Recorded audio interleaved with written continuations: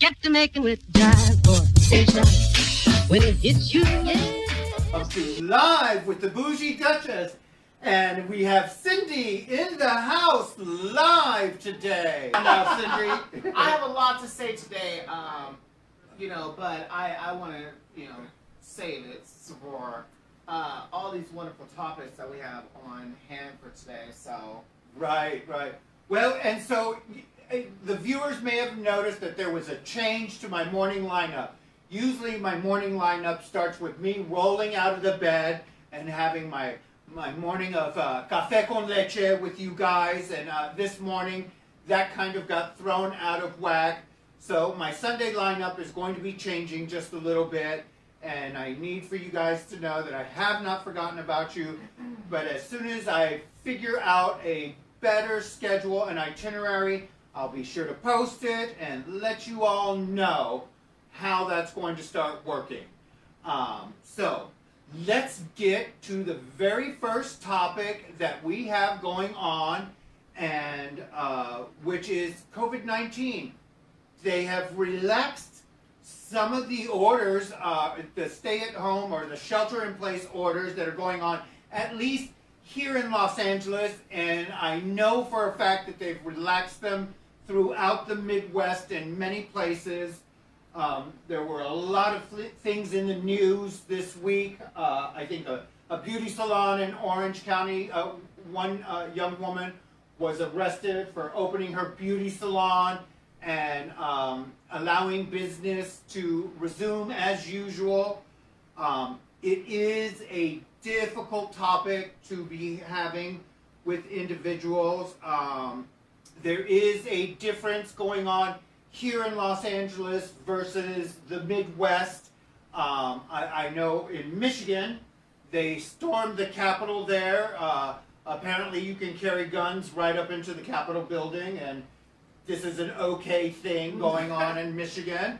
I know that you can't even get into the courthouse here with any metal objects. They've got metal detectors that prevent you from entering any of the public buildings around here. So that's just what's going on here in Los Angeles. Cindy, do you want to weigh in on some of the relaxed orders? I mean, welcome, number one. I'm glad to see you here, and I don't think we're going to have any more of the troubles that we had with the computer situation. So, I think, look, I think that both first off, we've never dealt with COVID-19 before, okay? And we're sitting here and we want to take a huge risk and reopen when we don't have a vaccine. We don't have a vaccine, and we don't have people have not been really tested. And with this COVID-19, I truly believe that, first off, everybody needs to be tested, okay?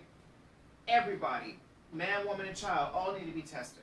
And the ones that are positive need to be quarantined, and everyone else that is not quarantined, that is negative, can go back to work. That's really the only way. We're sitting here, we want to go back to work, and I get it, like, I'm tired of being at home, I understand it. But do I want to go, I'm playing with my life here. Just because people want to go back to work. I don't want to go back to work and then be dead, because then what's I go out, I go to work, I catch coronavirus, then I'm not at home. I'm in the hospital on a ventilator when ventilators are on short supply. I agree. You're absolutely right. We've never dealt with COVID-19, but history has taught us a few things about infectious viruses, and we do have a few models to go off of. And back in 1918, the Spanish flu, which back then they didn't have a vaccine for the flu, really ravaged the countryside and really created a situation. And there were some instances where there were shelter-in-place orders, and people ignored those shelter-in-place orders, and the flu got worse for those individuals. So I think that they're going off of that particular model. As it gets warmer, this COVID-19 won't spread so easily. Doesn't mean that it won't. Just means that it won't spread as easily as it will this fall when it kicks back up. And I'm under the impression that they won't have a vaccine ready by the fall. They won't. And not only will we be dealing with the flu season this fall, but we'll be dealing with COVID-19 this fall. And hopefully we'll have a lot more information about this particular disease by that particular time. I don't trust it. I just don't. I mean, it's just, you know, I've never lived through something like this. I don't trust it. I don't feel like right now is a great time for us all to go back to work. You know, I feel like, you know what, 2020 is, you know, let's just ball this thing up and not come out till 2021. Right. You know what I mean? It's such a wrap. And I remember New Year's. New Year's, we were celebrating. We were hoping, this election, we're coming up. Let's get rid of this president. It's going to be better days are here. I think we were all singing Happy Days in some kind of way. And it just, oh my God, it went off in such, it just took a nosedive. Who could have thought or predicted that this is what we would be doing in 2020? You know, and so I can't help but feel that this is part of presidential duties.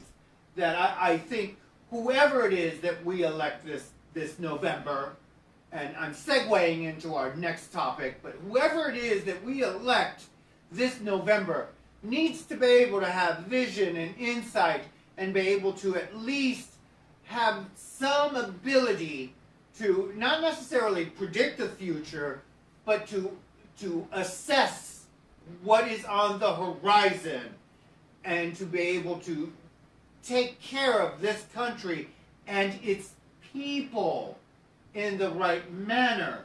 Because I'm going to tell you something.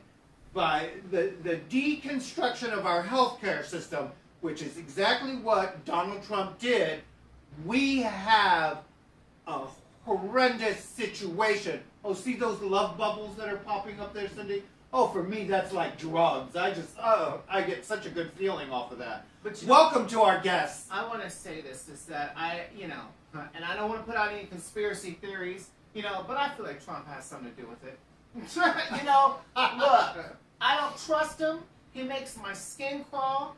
I cannot,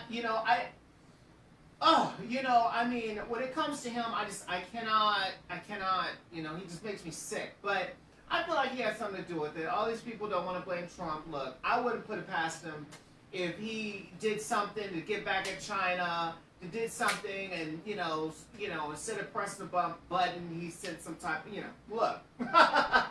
I don't like him to the point where I know, he probably had something to do. But his leadership right now has truly, when we really need somebody in the White House that is going to really give us comfort and some type of security, it's just not, I'm not getting that from my leadership right now. Right.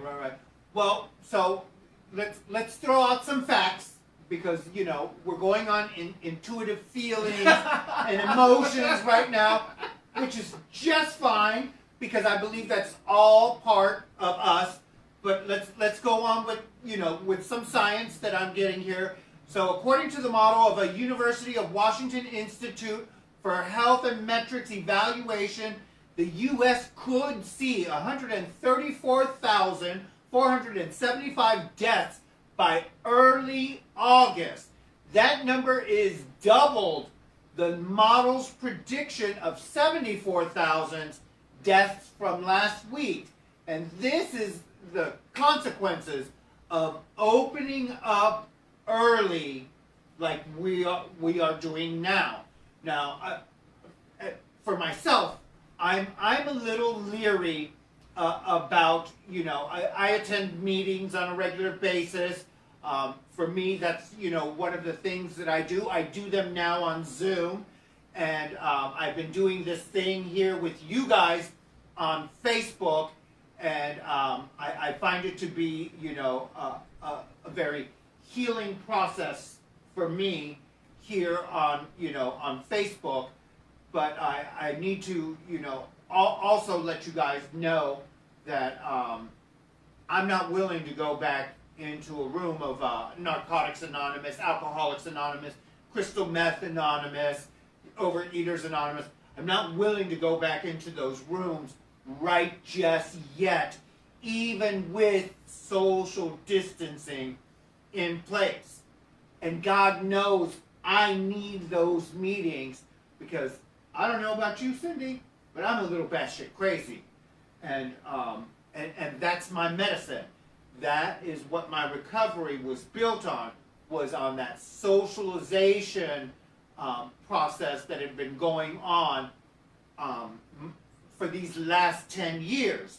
And just here recently, on Monday, I turned 10 years clean and sober.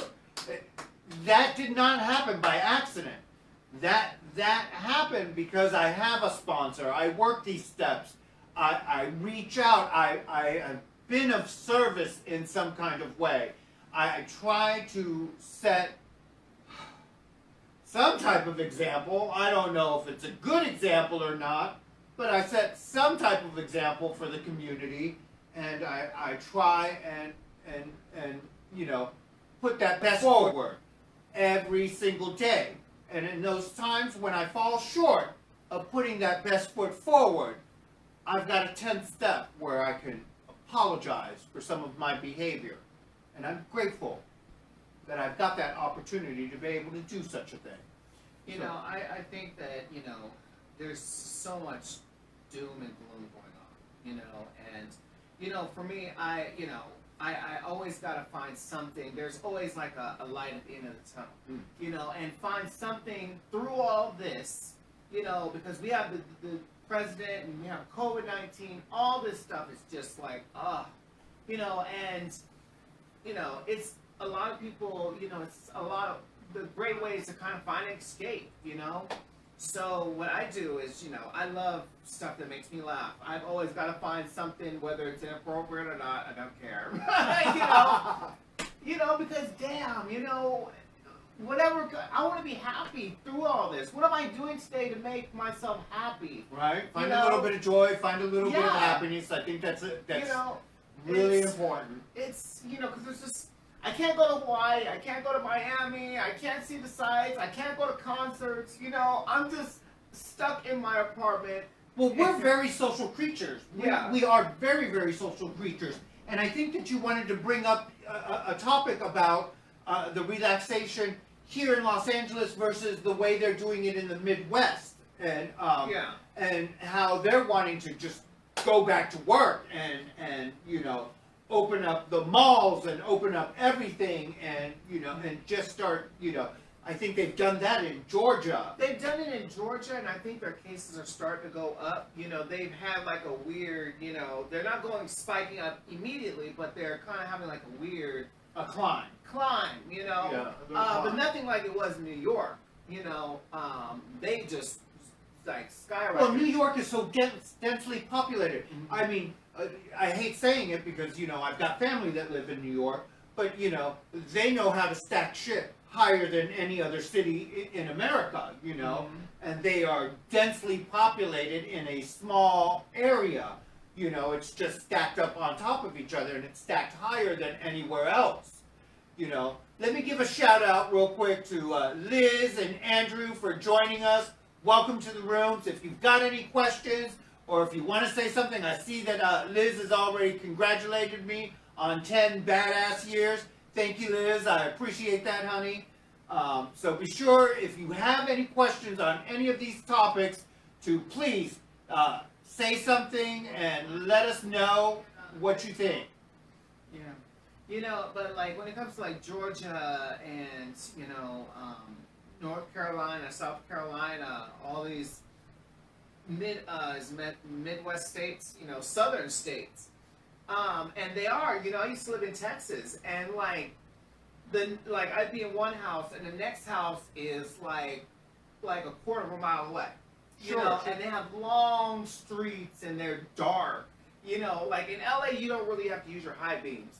But in the Yeah. South, like, there's a reason why you have your high beams, because you need to see, like, anything could jump out, a horse could jump out of the black, pitch black, you know? Right, deers, yeah. Yeah, you know, and, but the houses, like, I get it, you know, but we here in LA, we're like, you know, Well, we have different restrictions. So in the Midwest, they're not making it mandatory that you wear masks everywhere.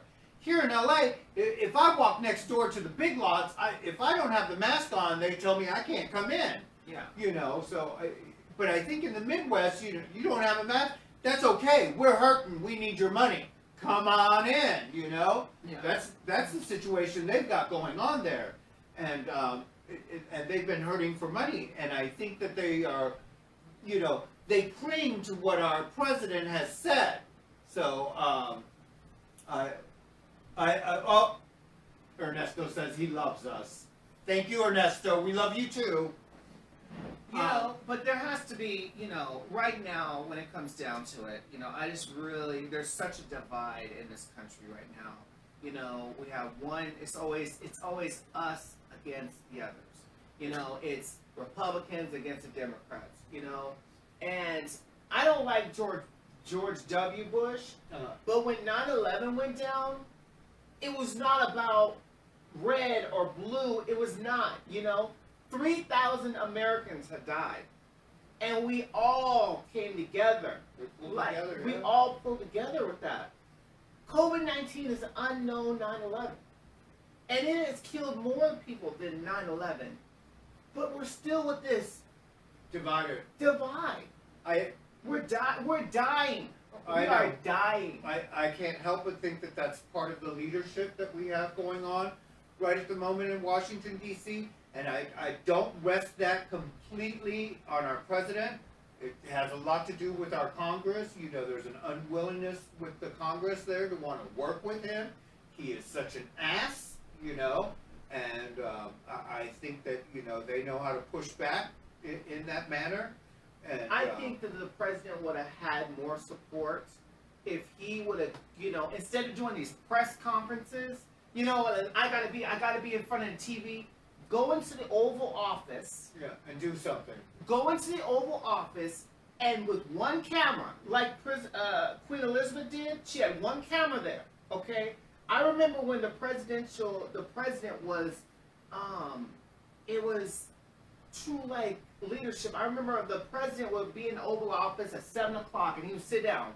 And this is your president from the United States. You remember that he used to do those addresses? Yes. And he would sit in the White House, and the camera would zoom in. You know, it would have been really good if he would have been like, look, we're shutting the country down. Okay. Right. Everybody is shutting down until we figure out what's going on.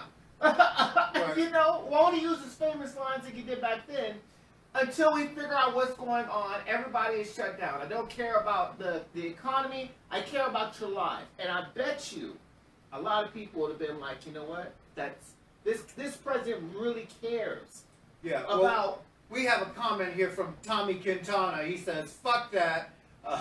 Fuck that. What did he say? Fuck that puss-ass bitch. Thank you for that comment, Tommy. But yeah, no, I get it. You know, there's a lot of people that listen. History is going to remember this president, you know, the way that it does. We've certainly got some opinions about him. I personally think he's a lame duck-ass president, lame-ass duck president. But you know, there's you know. All I can do is come this November 3rd, I'm going to put in my ballot. And speaking of this election coming up November 3rd, I had recently became, oh, there's that one. You know, I try and do my research. This is the worst thing in the world. So I'm doing my research on presidential election. And so I discover that, you know, Justin Amash was going to be he's a Republican, but he turned independent from Michigan and was going to be part of the Libertarian Party candidate, right? And so as I'm scrolling through, looking at, he's decided not to run against Trump. And so he states, after much reflection, I have concluded circumstances don't lend themselves to my success as a candidate for president this year, and therefore I will not be a candidate. Now, I don't know about that, Mr. Amash, because I think you're a better Republican choice, or at least libertarian choice, than the current Republican candidate, which is Donald Trump. So, but anyway, I don't know him. I don't know him either. I don't know him. I don't care because I know Donald Trump, and I don't know. anything has got to be better than him. So I scroll through this, and then the next picture I see is Tara Reid, and I'm thinking to myself, she's not even a candidate for president, and how is she getting thrown up into my news feed as a candidate for presidential? But the headline for her is manipulative, deceitful user Tara Reid left a trail of aggrieved acquaintances. So, and it's just lending to her credibility and her story against Biden. So, a number of those who have crossed paths with Biden accusers say that remember two things. She spoke favorably about her time working for Biden, and she left them feeling duped. So she's got a mixed message that she's putting out there about Joe Biden, and I don't know the details of it. I think it's starting to already die down. I haven't heard much of her much anymore. I mean, I think her credibility is kind of washed away at this point. He came out. Like, look, I don't think that anybody should be sexually assaulted or raped or anything. But however, if somebody sexually assaults me, I'm gonna tell it then, there, and now. I'm not gonna wait 27 years. Right. You know what I mean? Like, you're so afraid, but then, you have a president, he's running for president, and all of a sudden you get this big You burst get of, the courage I now. have the courage now. to all of a sudden say something. Yeah. What happened 27 years ago? 27 years ago, when he was not so politically well connected, it would have been the right time. Well, I'm just thinking about if I'm concerned about pressure, but it's hard to say. We've both been victims of sexual assault, so we do have an understanding that it is a little different than the average individual who hasn't been sexually assaulted. But sexual assault victims behave in such an erratic manner, Not saying that what she's saying is true or false. I would never, ever, debate whether what somebody is saying about their sexual assault is true or false. But I would question what is the motive of her timing. Mm-hmm. What is it that she's really trying to do here? Because if she's supporting Trump, then let us know that that's what's really going on here. That she's on Trump bandwagon, but he's got a whole boatload of individuals that have claimed sexual assault charges against him, and it didn't seem to matter to the far right that elected him, and so Because I get it. Like, I would never want God, and it's a very slippery situation because I would never want somebody who is sexually assaulted to not be believed. And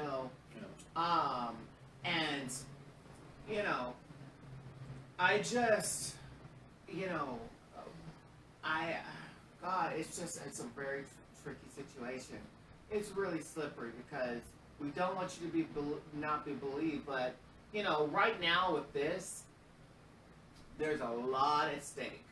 If we don't lose this, if we lose this election, we are going to be set back, you know, for years to come. We're going to be set back for years. Women's rights are at stake. You know, the LGBT community is at stake. You know, there's so many things that are going to be, you know, I mean, the Republicans are already having a field day right now. And who was talking to me about this, about the culture, that, you know, Republicans can't get the culture because of, you know, Obama recently was able to do the commencement speech for these high school graduates, you know, but no Republicans are being asked to do. Why isn't Trump being asked to do the graduating speeches of the youth right now?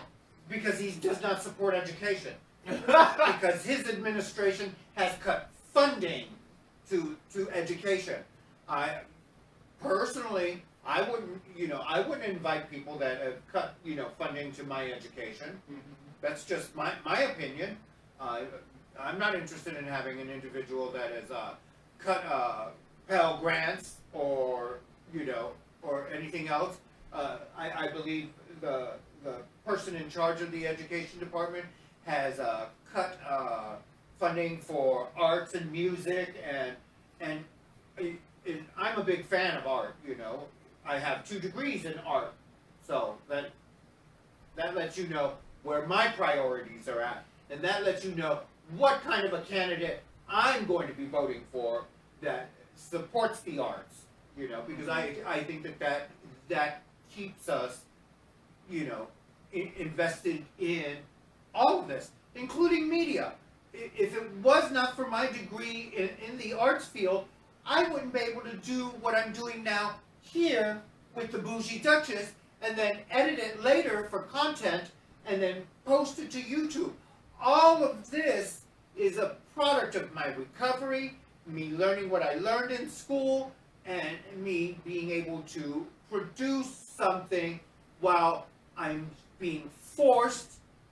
Well, I'm not being forced, but voluntarily sheltering in place and trying to learn to make the best of a bad situation. That's what's going on here. You know? Yeah. So, you know, but, you know, my presidential candidate that I'm going to vote for is beyond in the polls. You know, in 15 battleground states right now. So, like, what's up with that? Like, haven't we been through enough pain? You know?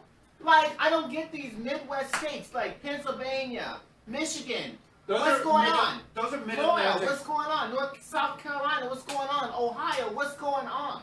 Yeah. You know, I don't get this. Yeah, those are called Mid-Atlantic states, because, and I'm not quite sure why they're called Atlantic, because there's no states in the Atlantic, but they border the Atlantic Ocean, and then the Mid-Atlantic is like they're just one state removed from the Atlantic coast, and then you have the Midwest.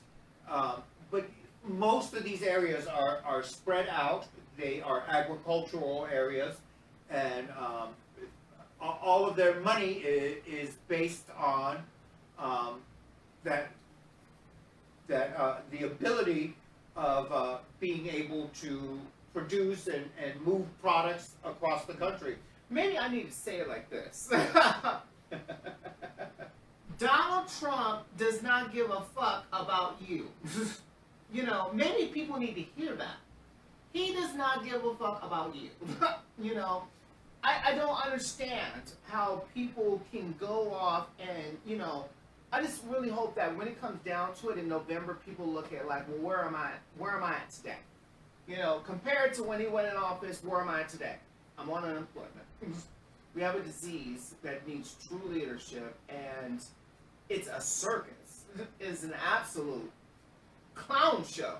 You know, we have a president who truly isn't going in for leadership. We have a president who's going in when it comes to our allies, he goes at these summits around the world. He's bullying people and pushing them out the way. You know, there's no elegance and grace, and like, you know, it's just I'm at the point with it right now. Like, I'm just tired of being mad. You know, because it's just like I don't really like do so much. Right. Well, you know, that's energy. That's energy that you're exerting, and my better suggestion is, what are you going to do with that energy? Are you going to let that energy just escape and nothing come of it, or are you going to utilize that energy to make a change? And you know, chances are, I think California has decided to vote by mail. So this year we won't even have polls. I don't think. I'm not quite sure about that. I will be investigating that a little bit deeper, but I think that the polls are going to be closed this year, and so we're not going to have any polls. So that is pretty. It's a pretty interesting kind of little fact going on here in California, because it will be November. It will be the middle of flu season. And if COVID-19 has not been fixed in some kind of way, we're going to be in a real serious situation. So that is something to really look at. And usually, you know, sometimes, you know, I think the way that politics as usual is going to be changing, because sometimes people volunteer to help politicians, to, you know, volunteer at the polls. Sometimes that's great part-time work for a lot of people that are unemployed. That is not going to be available to many people this year, you know. So. And I want to kind of slightly, I'm thinking about, I think we need like an overhaul with our whole election voting system. You know what I mean? Because we are moving, you know, into a new, you know, we're advancing. You know, we are going into a more technology type. Technological. Yeah, everything. You know, everything is here, like on my cell phone. You know, and I'm so grateful for cell phone. Whoever made this camera on the cell phone needs a shout out, because the person, whoever did this, has brought light to so many things. This is true. I mean, true. There's a lot of things that we probably would not have seen had not people had their camera. You know, Last week, the Georgia incident. That yes. Yeah, from a camera. You know, so if everything I'm doing is through my phone, how is it that we can move into the 21st century with voting and where it's safe and secure? You know what I mean? Because I think we're moving into this direction where a lot of things, you know, like, you know, and it's just like, this is just what happens with our culture, you know, because we went, even with music, you know, we had how it was played on the record, and then there was the 8-track, Yes. you know, and then it turned to the CD, then it went digital, you know, where we can't see it, it's all here. So how is it that we're going to be able to vote in the 21st century? Because, you know, especially with COVID-19, where it demands us to practice social distancing.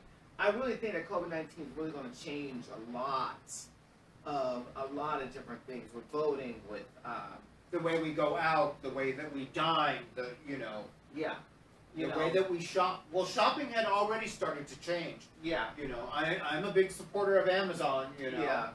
Even though, you know, Amazon has got a few of its own flaws and things like that. Yeah. It's okay. I ain't mad at Jeff there. Mr. Bezos, you know. Which, by the way, he's slated to be the first trillionaire. Yeah. So I saw a news report about that, you know, real soon here. He will be the very first trillionaire ever. What's after a trillion? Gazillion? A gazillionaire? I can't even count that high. I don't even want to count that high. You know, because we have people in office like, you know, We've got a deficit that high. That man could pay off the American deficit. Yeah. Yeah. You know, I mean, how can you go to Congress and be like, you know what? Can I get $480 billion? Can I please have $480 billion? Like, I'll never even be able to ask for that much money. Crazy. It is crazy to have that kind of money. All right. So, and so, okay, let me see if I'm finished. Let me finish up here on this. Okay, so Team Biden has a message for the haters. Okay, and he says, look at the scoreboard. The campaign is pulling ahead in crucial states won by Trump in 2016. It says after weeks of questions about his strategy from the Democrats and pundits, Joe Biden's campaign on Friday formulated a response that can be boiled down to one message on the scoreboard. We are pulling ahead in Florida, in Pennsylvania, in Michigan, in Wisconsin, and in Arizona. Biden's campaign manager, Jen O'Malley Dillon, said that recent battleground polling in states of the race Zoom presentation with reporters, President Donald Trump won all of those states in 2016. I'm not quite sure what that really means, but good luck to Joe. That's Joe better do something. That's my sentiments. You know, because, you know, when it comes down to it, like, I know these are uncharted times, Yeah. but he better do something. Because, you know, this is, these are really uncharted times. Like, he can't go out and, you know, campaign, do a rally.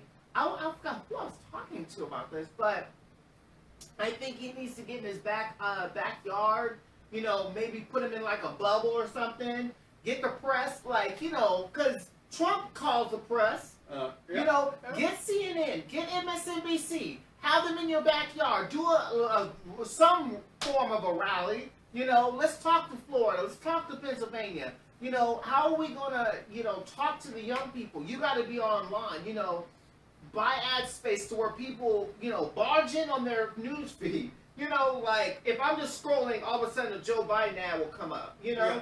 Well, I think that's what happened right now with that Tara Reid thing. What's like, With what? that Tara Reid thing. I mean, I'm looking for presidential news and I get Tara Reid. You know, I was like, how the hell does she show up here? you know, but he's just going to have to, I mean, this is going to be an unprecedented election. You know, how is it that we're, because Donald Trump is just sucking, he's staying on the air, you know? Yeah, and, this man knows how to suck the life out of a room. Like, yeah, you know?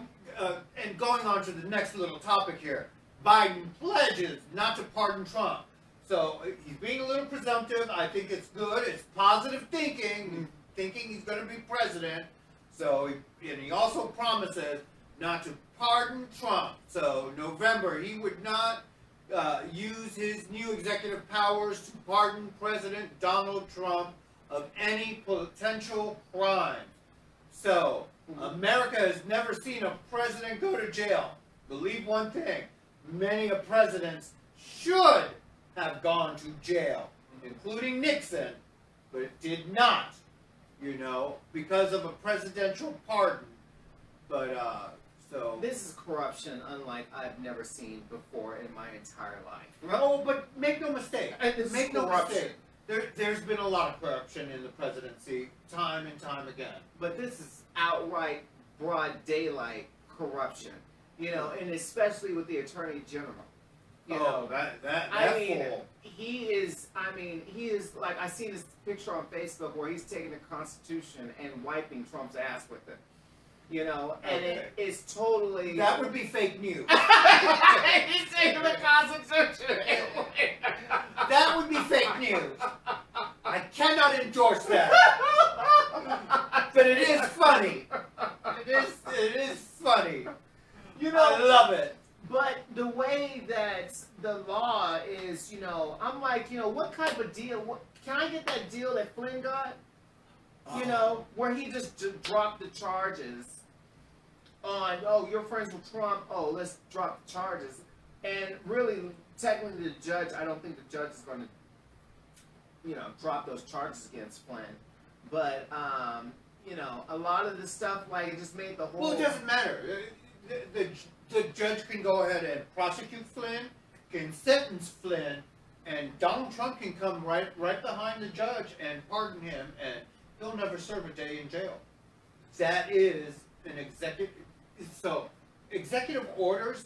Now, I think, if I remember my poli-sci classes correctly, I think it was discussed in the Federalist, I think Federalist 70 papers, or Federalist 71, where, I think it was Madison who wrote this. He didn't want executive orders to be part of the presidential powers. It left room for abuse on a president. But somewhere along the line, they agreed to allow executive orders to become part of presidential powers necessary for him to be able to conduct, executive office, duties in the executive office.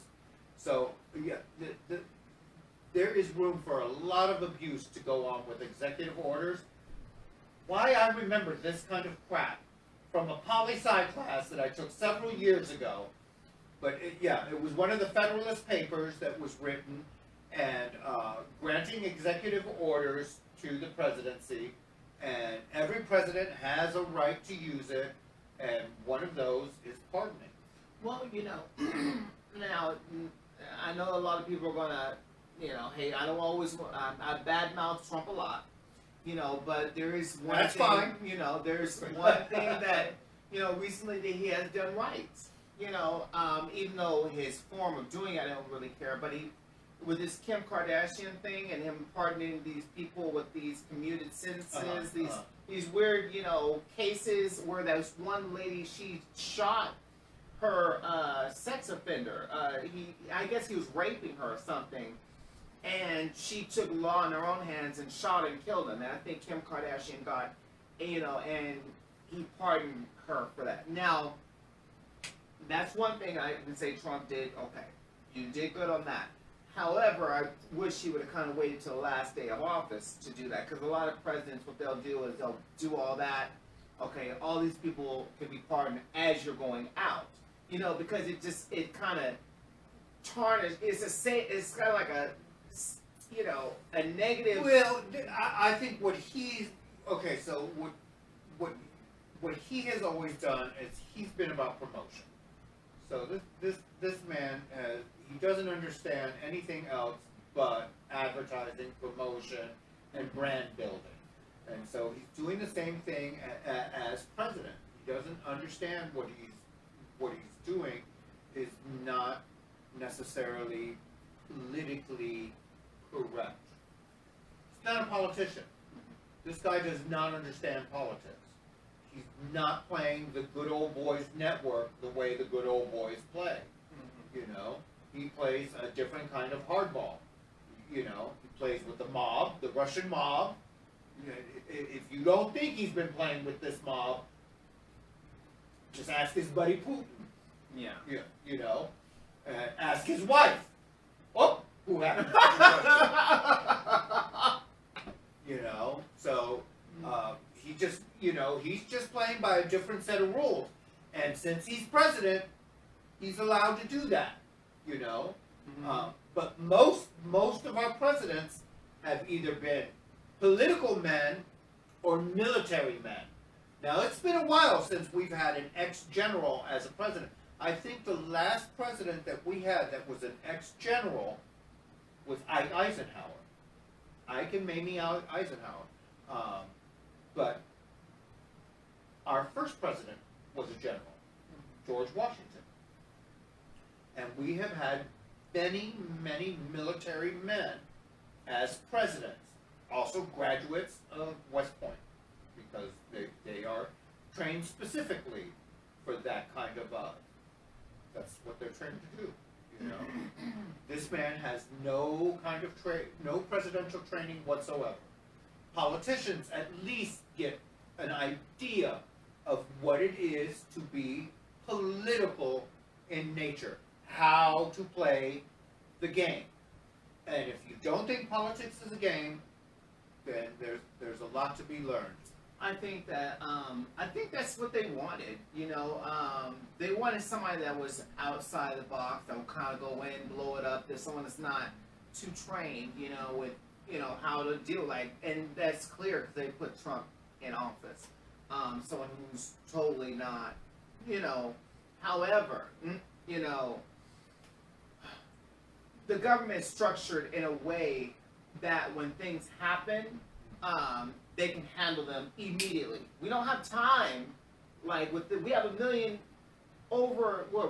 1.3 million people have caught coronavirus because the pandemic, this department that Trump dismantled and disfunded, was prepared to handle a situation like this, which would have probably cut down the cases because they were prepared, But since we want to kind of just, go by the wind and go blow things up, it's not, now people are dying, and it would have been a lot better for us to have somebody in there that.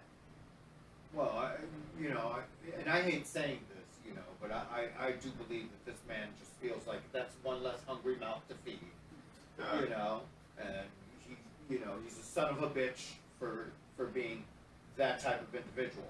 I think that there are other ways to deal with this kind of a situation. But I want to say, when it comes to the 2020 election, hey, what do you got to lose? That was what he said. What do you have to lose? And when it comes to that was what he said. What do you have to lose? Well, we've lost over 80,000 Americans already to this, and we have a lot more to lose when if we continue down this path, and it's Right. it's Well, I think one of the things that we should probably discuss is how some of the candidates have behaved before in the past. Now, in general, most presidential candidates will release their taxes. And so we know just what kind of a candidate we have. We know if they are supporting an American structure. And so, we're going on our 4th year of trying to figure out if Donald Trump even pays one tax dollar to the American system. So now I got some information here. Over 3 hours of via teleconference Tuesday, the Supreme Court, what does that say? Delivered into divided. They misspelled divided. Okay, divided into two of the terms most momentous cases that will determine whether the House of Representatives and a New York prosecutor can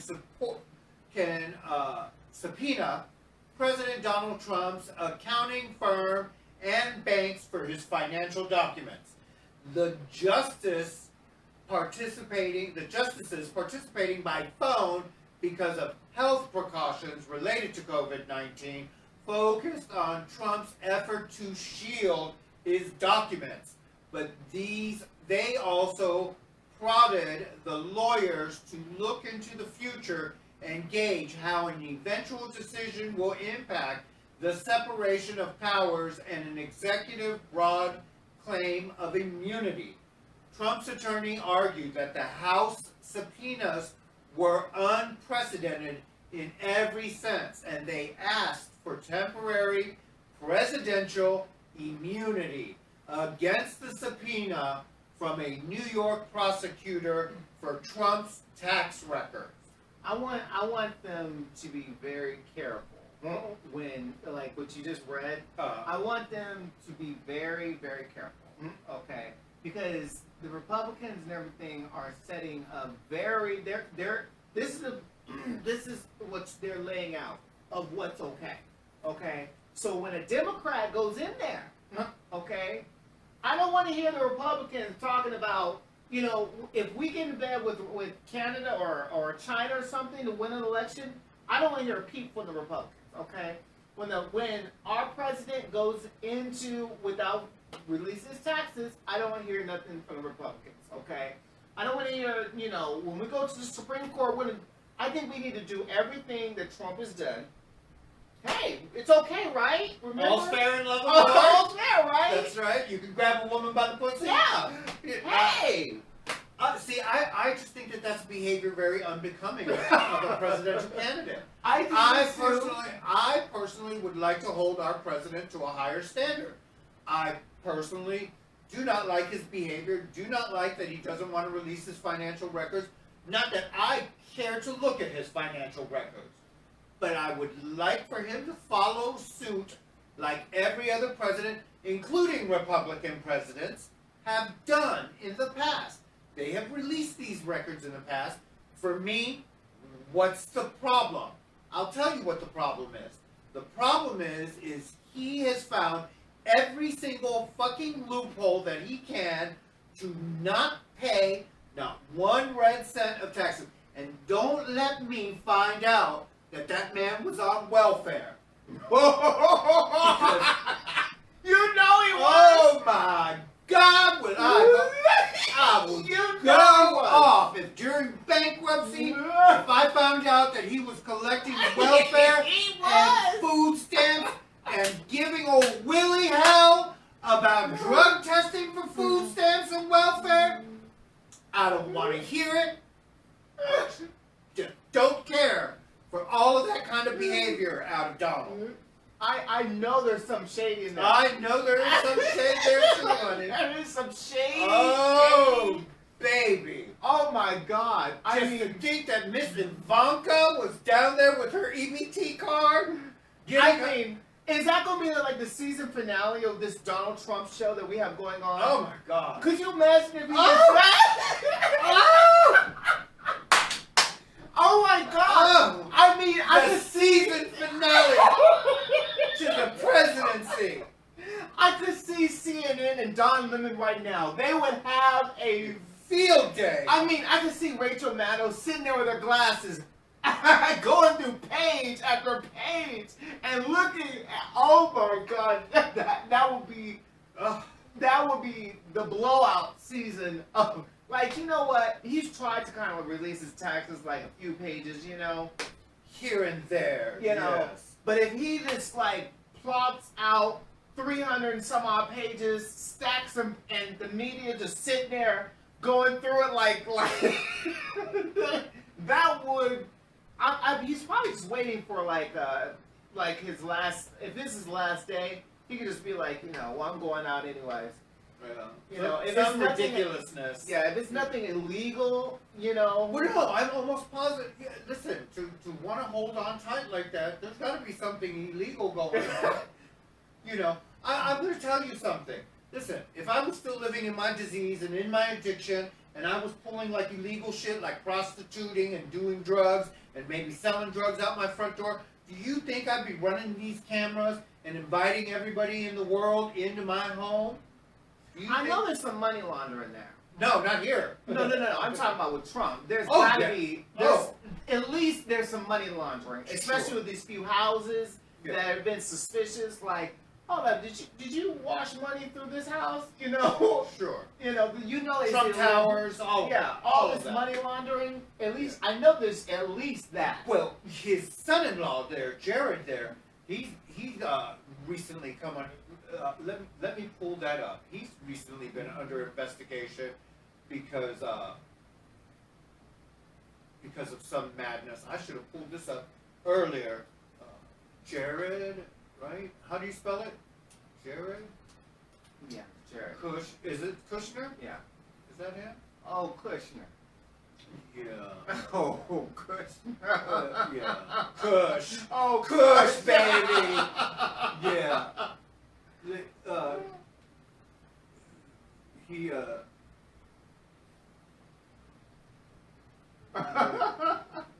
Anyway, he was involved in something where oh God, I hate misquoting stuff, so I'm not really going to talk about it too much. but where he's gotten some type of money. Here it is. Well, for that New York building ad was like over like $1 billion. Yeah. Pandemic experts over his head. Yeah, he came out and did that press conference where it was just like, what is he talking about? Why is he even involved? I don't even... Well, but I think he's gotten some money for something to do with his building. I don't know. I'll investigate. I'll get back to you next week. That might be on the list of my hot topics. It don't even make His sense. connection with his the family and stuff like that. Why does he just stay in the background? Like, if you're gonna be shady, like, why do they have to be all out in the open? Like, I guess that's like, you know, like. I think that anytime you deal with that kind of money, you can't help but be shady. That's just the get down. That's just the get down. You know, it happens that way. So and what is this called? Tekashi 6ix9ine. Oh. Yeah, that's, I wanted to talk about, we got 5 minutes. We have been sitting there chatting. We have been chatting a long time, yes, okay. Tekashi 6ix9ine, he recently got out of jail for snitching on, allegedly he snitched on some people. Tekashi, how do you spell that? 6ix9ine, just put like spell S-I-X. Oh, okay. S-I-X. 9, N-I-N. Rapper, there we are. Okay. Tekashi 6ix9ine rapper released from prison. No. Yeah. Is that the story we're looking at? The $200,000 donation that he made to No Kid Hungry. So recently, Tekashi 6ix9ine made a donation to No Kids Hungry for $200,000. Now, I don't really listen to his music, but he's kind of cute. You know, Yeah. I don't know. I think he's very cute. And Are those all tattoos on his face? yeah, he has tattoos on his face. You know, he has that edge. I don't know. I like a man with a slight edge. You know, and he's a bad boy. And one of the things that I liked about him was that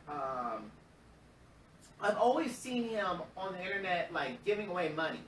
Like he'll like walk up, here's some money, and I'm like, oh, okay, even though, he makes a lot of money, like, I like seeing the responses on people's faces of like, oh, and just like, here's 1,000. It's like, I like stuff like that, I like free money too. Yeah. You can have some over here. And that might really change somebody's life, you have it, hey, give it back, I get it. So, but this is the problem with when you're a charity and you're exempt from taxes. You have to be careful where you get your money from because of money laundering laws.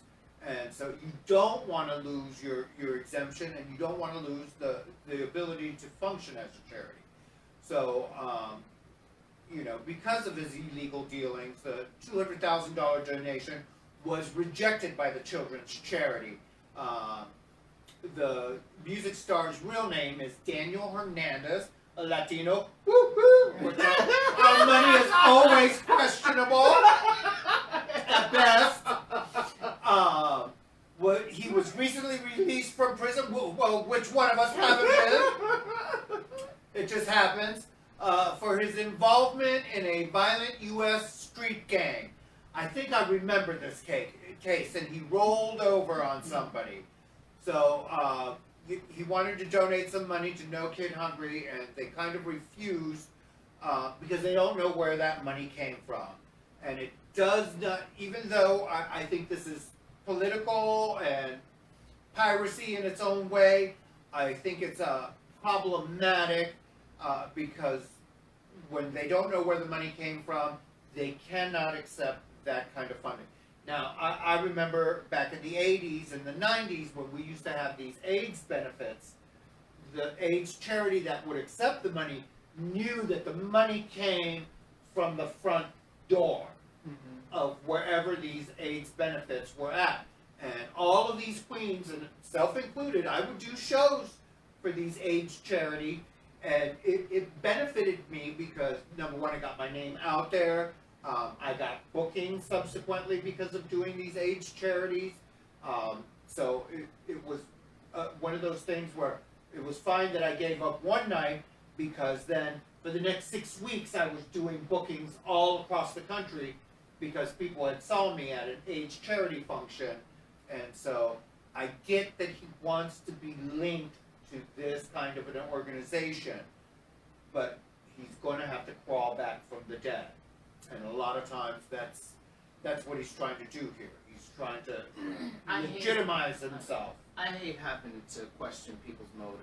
You know, like, you know, when it's good, it's good. You know, and but once again, I'm just like, you know, well, why is he doing? Is he trying to get a tax write up? I hate. I'm like, I really want to feel like his heart is in the right spot. You know, like he wants to give it to No Kid Hungry. It's $200,000. I really want to feel like, you know, he wants to help out children who are. Sure. You know, I'm sure he's got wonderful motives. In the meantime, he just needs to dig a hole in the backyard and bury that money if he doesn't want to come. But he's a rapper, like, you know. Unless, you know, I just. Anyway, so we are coming up. We have gone over. Oh. So I want to thank you guys for joining us today. We've had a wonderful time. This is the Bougie Duchess with my co-host Cindy. Wishing you a wonderful Sunday afternoon. Bye-bye, and I love you all. Mwah.